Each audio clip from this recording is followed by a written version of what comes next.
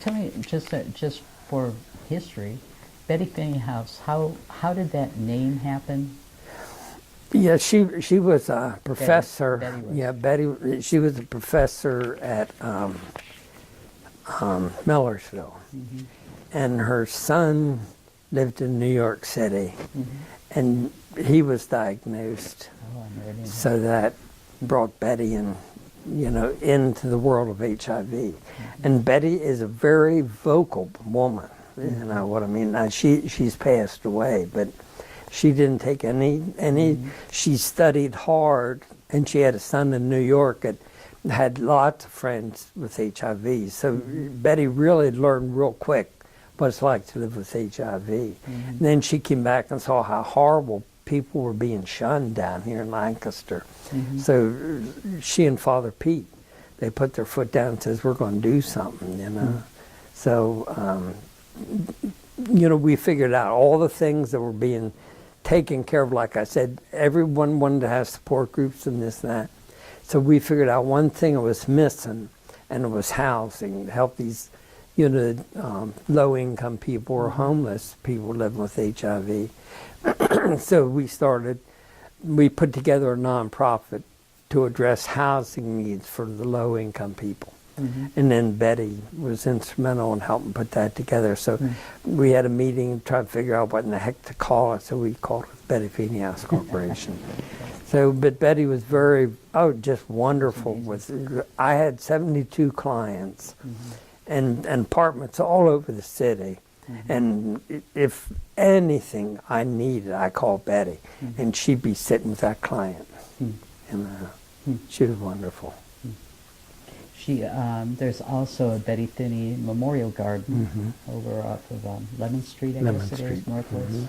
Yeah. Yeah, a lot of people remember her and mention her off and on, even on Facebook, and saying we're missing Betty. Yeah, I really, when it came, when I was director of the Betty Finney House, I had federal funding, which was pretty nice, but it was never enough. So we had to have, we found to be able to make good money in art auctions. Well, we like one time we had a hangar out the airport, and we had live bands. Well, Betty got up there, you would hear a pin drop, and boy, the checks flew. She was really wonderful to the HIV community. There were a lot of allies at that time, people with compassion that really did kind of rise up and see the inhumanity of what was going on. And some of the shows like Philadelphia Story were coming out to try and educate people. How do you think, so today it's a lot more open, people are talking about it more though, and they're even talking about goals of eliminating HIV, at least for a generation, by 2030, I think is the national call, or the World Health Organization call too, with some specific goals. Do you get any contact with anybody in HIV communities at all today? Anybody involved? Some of the support group people call once in a while. Okay.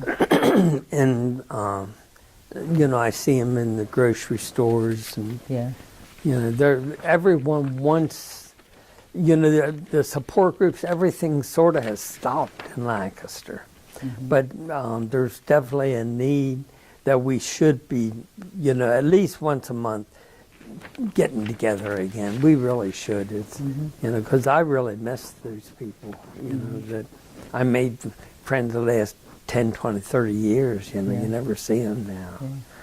Well, and everybody's aging now, so it's another whole new kind of need, I think. And that we'll have to talk about a little bit more. In terms of this interview for the archives at Dickinson, are there things that you would like to add, or anything in particular? I kind of covered the list of things. The main thing is never let what I call a small thing get you down. You know what I mean? It was horrible when I was diagnosed, the doctor said, now get your affairs in order and you'll be dead in 8 years. Yeah. I thought, I wanted to say something, you know what I Yeah. mean? Now I went home, I told my partner that, and he was lucky enough, he was tested also and he was negative. But, you know, now that was hard. But, you know, after you lived a couple years, and especially when you hit that 8-year marker, and you were the same as you were 8 years ago, and just as active and busy, you know. So the main, you know, some people, you know, I have a lot of friends that lay around all day. They're getting thin from not eating. They don't function anymore. And then I said, what's wrong? I said, oh, well, I have AIDS. Ah, screw that. You know, let's go. Next thing, they're out running and stuff. You got to stay active.